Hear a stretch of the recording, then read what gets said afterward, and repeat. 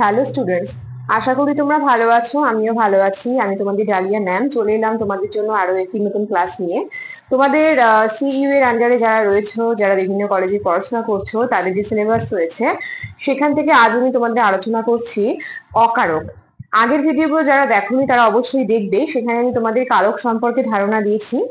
প্রত্যেকটা কারকের শ্রেণীবিভাগ এবং তারও যে প্রকারভেদগুলো রয়েছে সেগুলোর সংজ্ঞা সহ উদাহরণ বোঝাবার চেষ্টা করেছি।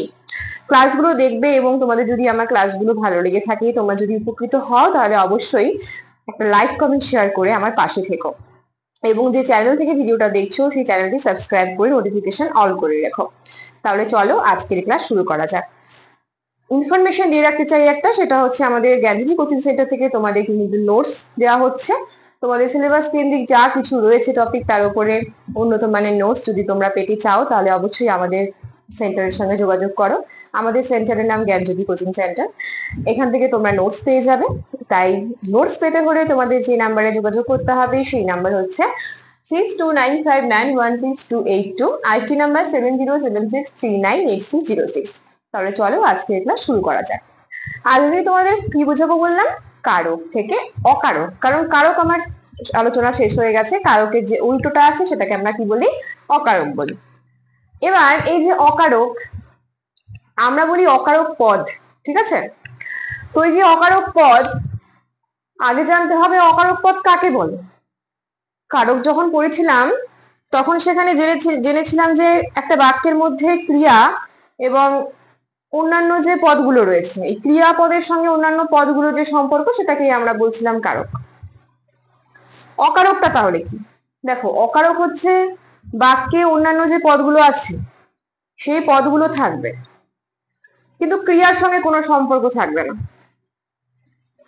এই যে অন্যান্য পদগুলোর সঙ্গে ক্রিয়াপদের সম্পর্ক থাকছে না, এইটাকে কিন্তু আমরা বলছি অকারক পদ। আর এই অকারক পদকে আমরা দুভাগে ভাগ করছি। কারকের যেরকম 6টা ভাগ ছিল, অকারকের 2টো ভাগ, একটা সম্বন্ধ পদ আর একটা সম্বোধন পদ। সম্বন্ধ পদ বলতে কি বুঝি সেটা আগে বলি। সম্বন্ধ মানেই যা কিন্তু আমাদের অধিকার কথাটা আসে। তাহলে দেখো, যার অধিকারে কোনো কিছু থাকে, যার অধিকারে কোনো কিছু থাকে সেটাই কিন্তু সম্বন্ধ পদ। মনে করো আমি একটা উদাহরণ দিচ্ছি যে আমি কাল মামার বাড়ি যাব। কার বাড়ি যাব? মামার বাড়ি। মামার সাথে সম্বন্ধ রয়েছে। এই যে মামার বললাম, এটা কিন্তু হয়ে যাবে সম্বন্ধ পদ। আর একটা উদাহরণ আমি বোর্ডে দিয়েছি তোমাদের, সেটাও বলে দিচ্ছি। যেমন দেখো, ডান হাতের কাজটা সেরে নে। ডান হাত, এই যে ডান হাতের কাজটা সেরে নে, ডান হাতের, এটা কিন্তু সম্বন্ধ পদ। এবার তোমরা বলবে ম্যাম, কারকে যখন কারক করেছিলাম সেখানে তো কি দিয়ে প্রশ্ন করলে যেরকম কর্মকারক হতো, কখন দিয়ে প্রশ্ন করলে যেরকম অধিকরণ কারক হতো, এখানে কি সেরকম কোনো উপায় আছে? হ্যাঁ, অবশ্যই আছে। সম্বন্ধ পদ যখন আমরা বুঝবো যে সম্বন্ধ পদ কি করে চিনবো, তখন আমাদেরকে অবশ্যই কি করতে হবে? যে পদের নিচে চিহ্ন মানে চিহ্নিত পদ থাকবে আর কি, সেখানে কিন্তু আমাদের প্রশ্ন করতে হবে। কি দিয়ে প্রশ্ন করতে হবে? আমরা প্রশ্ন করব কার আর কিসের দিয়ে। কার কিসের, দেখো কিসের কাজটা কার কাজটা, আমাকে ডান হাতের কথাটাই আসবে। মামার বাড়ি যাব, কার বাড়ি যাব? মামার বাড়ি যাব। এইভাবে আমাদেরকে সম্বন্ধ পদটা করতে হবে। এছাড়াও আরেকটা উপায় আছে, শুধু কার বা কিসের দিয়ে প্রশ্ন করলেই নয়, তার পাশাপাশি আমাদেরকে দেখতে হবে যে যেই পদটাতে সম্বন্ধ বোঝাচ্ছে সেই পদের শেষে র বা এর বিভক্তি আছে কি নেই। এখানে দেখো র বিভক্তি আছে, আবার ডান হাতের এর বিভক্তি আসছে, মামার র বিভক্তি আসছে। সুতরাং যে সম্বন্ধ পদটা আছে সেই সম্বন্ধ পদের শেষে র বা এর বিভক্তি যদি থাকে তবে কিন্তু সেটা হয়ে যায় কি? সম্বন্ধ পদ। কিরকম দেখো, আমি এখানে দিয়ে দিয়েছি সম্বন্ধ পদে সবসময় এর অথবা র, এই দুটোর মধ্যে একটা বিভক্তি থাকবেই। আশা করছি বোঝাতে পারছি। এবার চলে আসি সম্বোধন পদ। এর কোনো ভাগ নেই। সম্বন্ধ পদের কিন্তু অনেকগুলো ভাগ রয়েছে, আমি সেগুলো আলোচনা করছি না, অনেক বড় হয়ে যাবে ভিডিওটা। এর পরের ক্লাসে আমি তোমাদের সম্বন্ধ পদের অনেকগুলো ভাগ সম্পর্কে তোমাদেরকে আইডিয়া দেব। সম্বোধন পদ, আগে বলি সম্বোধন কথার অর্থ কি।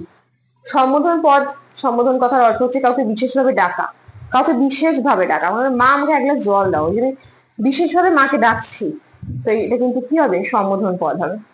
সম্বোধন পদে কি বিভক্তি থাকে? না, সম্বোধন পদে কোনো বিভক্তি থাকে না, শূন্য বিভক্তি হয় সম্বোধন পদে। কাউকে বিশেষভাবে সম্বোধন করা বোঝাবে, এবং যেরকম ধরে রাখো ওরে, ওগো, হে ভগবান, এই যে আমি বলছি ওগো, ওরে, ওলো, হে, বা কাউকে বিশেষভাবে ডাকা, এগুলোই হচ্ছে সম্বোধন পদ। সম্বোধন পদের কিন্তু কোনো ভাগ নেই এবং সম্বোধন পদ শূন্য বিভক্তি যুক্ত হয়।